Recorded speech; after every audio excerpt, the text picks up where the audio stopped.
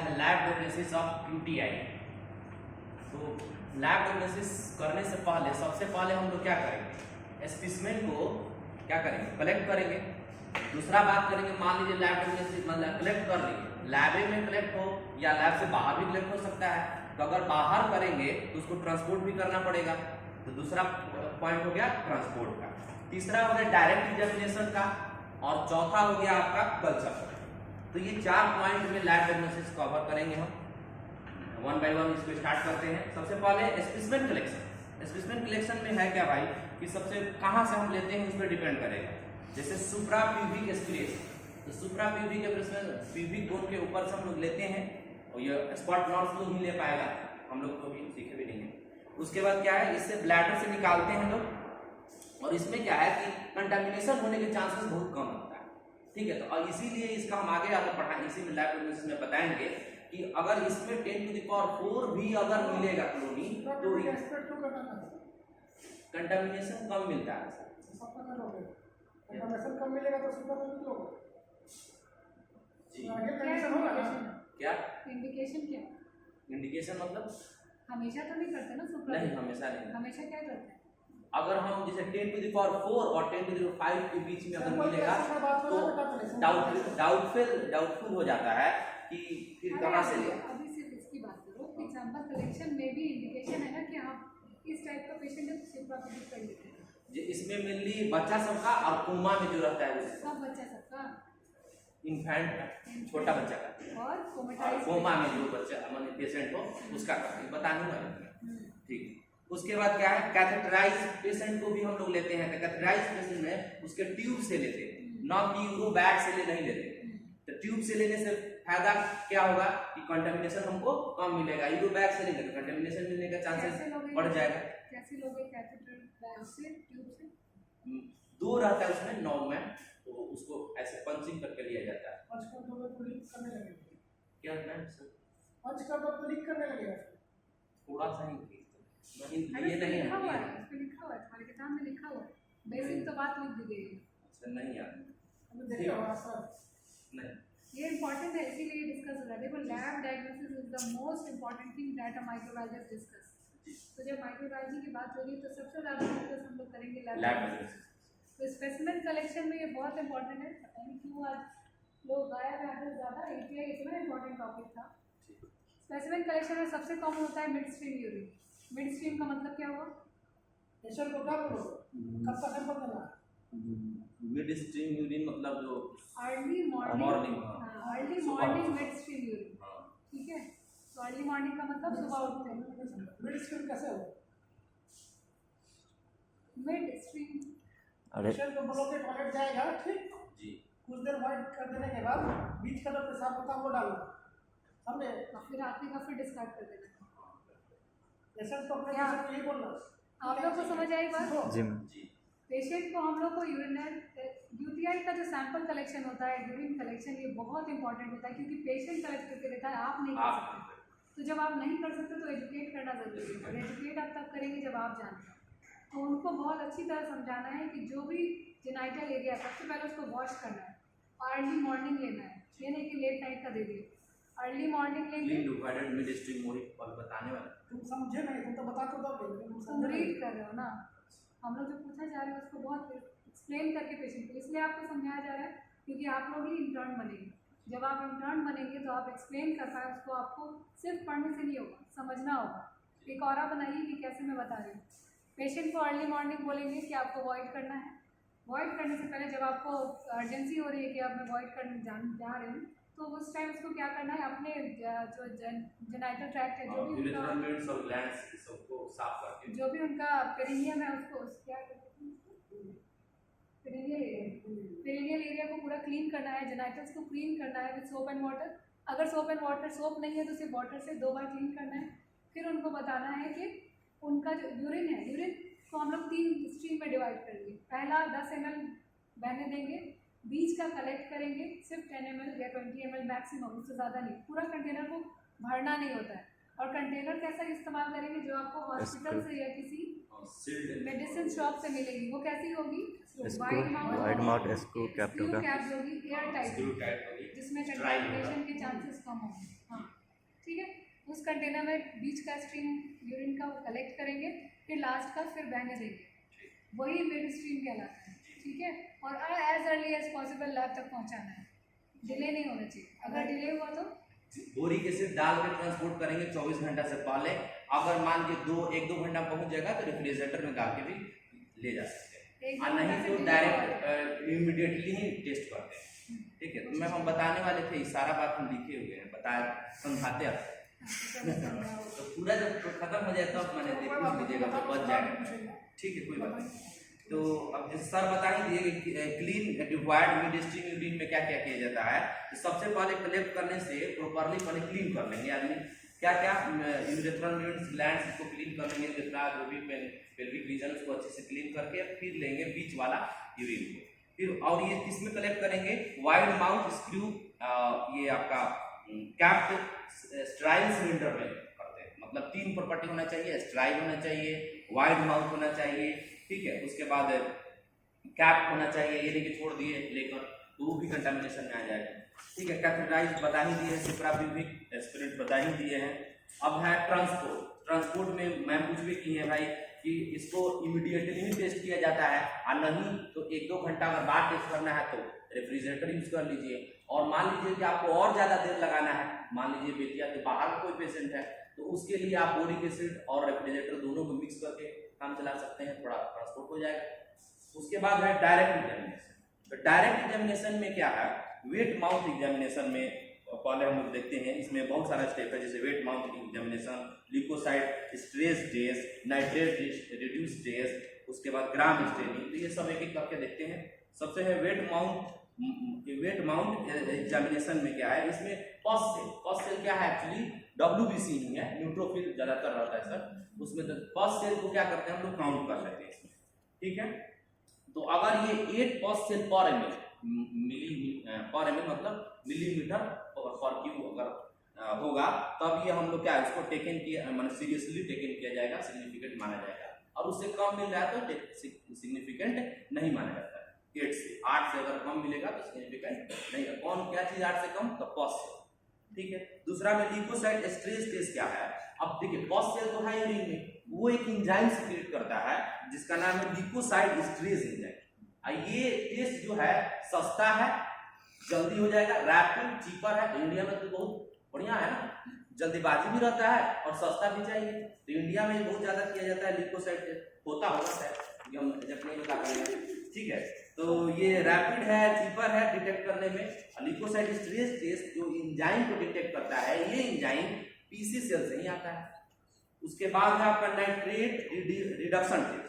अब इसको ग्रेसिव टेस्ट को हम लोग एक और मैंने बता देते हैं, केमिस्ट्री का यूज, जैसे कि पॉल्यूशन जो है ना, वाटर पॉल्यूशन में भी हम लोग नाइट्रेट का डिटेक्ट करने के लिए यूज करते हैं, या उसका ये माइक्रोबायोलॉजी है, तो इसको वाटर डिटेक्शन में भी यूज किया जाता था पहले। अच्छा, जो भी हो। अब क्या है, नाइट्रेट रिड्यूसिंग बैक्टीरिया लाइक जैसे इस्चेरिचिया कोलाई है, ये पॉजिटिव देता है इस टेस्ट। ठीक है, उसके बाद ग्राम स्टेनिंग, इसको नॉट रिलेबल, मतलब ये भरोसा लायक नहीं है। ग्राम स्टेनिंग का जो टेस्ट है भरोसा लायक नहीं है। क्या है भैया? 2 कारण से। बैक्टीरिया काउंट लो होता है यूरिन में, बैक्टीरिया काउंट लो होता है, तो भाई भरोसा कैसे होगा? लो होने के कारण नहीं हो पाता। दूसरा, पस सेल जल्दी डिस्ट्रॉय हो जाता है। तो मान लीजिए पस सेल 8 था, लेकिन जब आप टेस्ट करने गए तो 2 बचा, तो ये इसीलिए रिलायबल नहीं हो पाता है। ठीक है, लेकिन फिर भी इसको कुछ कंडीशन में रिलायबल माना जाता है। कब? जैसे यूटीआई केस इन्फेंसी मतलब ज्यादा हो जाए तब, जिसमें greater than 1 bacteria while immersion में आपको दिखने लगे, 1 या 1 से ज्यादा बैक्टीरिया जब दिखने लगे, तब इसको भी सिग्निफिकेंट मानेंगे किसको? ग्राम स्टेनिंग को। ठीक है, तो सिग्निफिकेंट माना जाएगा। तो मतलब हम लोग अभी क्या क्या पढ़े भाई? स्पेसिमेन कलेक्शन पढ़ लिए, ट्रांसपोर्ट पढ़ लिए, डायरेक्ट एग्जामिनेशन पढ़ लिए, अब पढ़ेंगे कल्चर। ठीक है, तो कल्चर में हम लोग मेनली जो यूज करते हैं, 2 ही मीडियम यूज करते हैं, क्लैड और मैकोंकी। मैकोंकी से क्लैड को बेटर माना जाता है। ठीक है, क्लैड का जो फुल फॉर्म है, जो मतलब जो भी क्या होता है उसमें, सिस्टीन लैक्टोज इलेक्ट्रोलाइट डिफिशिएंट अगार होते हैं। सिस्टीन, SC से सिस्टीन, L से लैक्टोज, A से ई से आपका हो गया इलेक्ट्रोलाइट और डी से हो गया डिफिशिएंट अगार। ठीक है, अब ये मैकॉन्की अगार इलेक्ट्रोलाइट डिफिशिएंट मीडिया लेंगे तो आयंस बहुत ज्यादा रहेगा तो बैक्टीरिया मर भी सकता है। मारना चाहते हैं या मारना नहीं, मतलब नहीं मारना नहीं चाहते हैं, इसीलिए तो लेते हैं डिफिशिएंट। हमारा नहीं पता है जी। जो यूरिन का हमारा यूरिन जो होता है जी। वो क्या होता है, बहुत एनरिच मीडिया होता है। जी इसीलिए यूरिन को हम लोग बाहर थोड़ी देर भी नहीं छोड़ सकते हैं, क्योंकि हमारा इन्वायरमेंटल कंटामिनेशन उसमें आसानी से बहुत होगा, तेजी से ऑर्गेनिज्म उसके अंदर बहुत आसानी से ग्रो करता है। जितना भी बॉडी का शुगर है सब चीज़ें क्या होती है यूरिन में क्यों डायबिटीज पेशेंट जब रिलीज करता है यूरिन तो वहाँ चीटियाँ लग जाती है, क्योंकि ग्लूकोज बहुत ज़्यादा आराम से सब यूरिन इतना एनरिच होता है कि बहुत कंटामिनेशन हो सकता है। तो हम लोग इसलिए इलेक्ट्रोलाइट डिफिशिएंट मीडिया लेंगे सो दैट कि और अदर कंटामिनेशन पे ग्रो ना करे, सिर्फ और सिर्फ जो पॉजिटिव एजेंट है उसको हम लोग। और कुछ ऐसे ऑर्गेनिज्म है जिनको इलेक्ट्रोलाइट डिफिशिएंट मीडिया ही चाहिए उसके लिए, तो उनके लिए ये बिल्कुल परफेक्ट मीडिया है। ठीक, अगर फ्लड नहीं लिया तो क्या लिया? मैं कहूँगी और तो नहीं एक cast concept significant bacteria blood अगर पर हाँ ब्लड अगर क्यों ले रहा है? अब उसको ग्रो करने के लिए माइक्रोब कौन कौन माइक्रोब है बताते हैं, जैसे कि इस्क्रिचिया कोलाई है, क्लेब्सिएला है, प्रोटियस है। हाँ मैकॉन्की सब मैकॉन्की पे ग्रो कर जाएगा।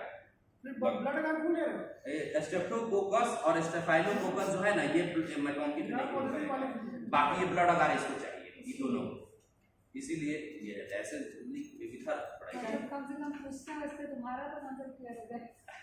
कैनेडा भी जो है ना ग्रो होता है ब्लड अगर नहीं होता जी।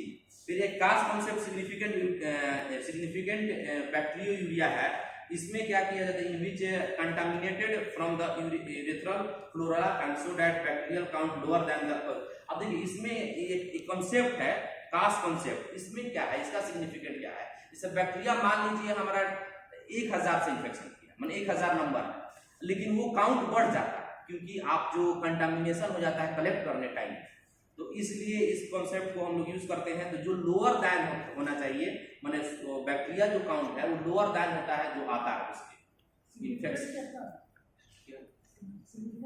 सिग्निफिकेंट। अब वो उसका सिग्निफिकेंट जो है 10⁵ है, और मतलब 10,000 होगा तब उसको सिग्निफिकेंट माना जाएगा, और 1,000 से 1 लाख होगा तब, और 10,000 से 1 लाख होगा तो वो डाउटेबल सिग्निफिकेंट है सिग्निफिकेंट लेकिन डाउटफुल है, और भी कोई टेस्ट करना पड़ेगा उसके लिए।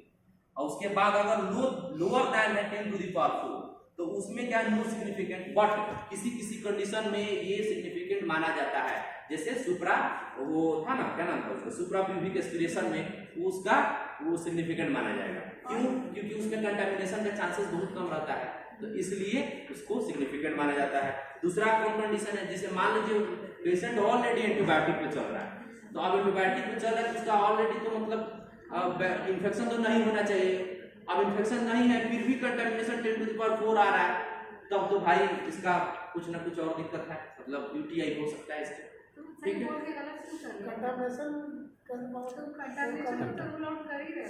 जी तो इसीलिए काउंट कम आ रहा है तुम्हारा, तो भी इसको सिग्निफिकेंट माना जाएगा, ये तो बोले क्यों?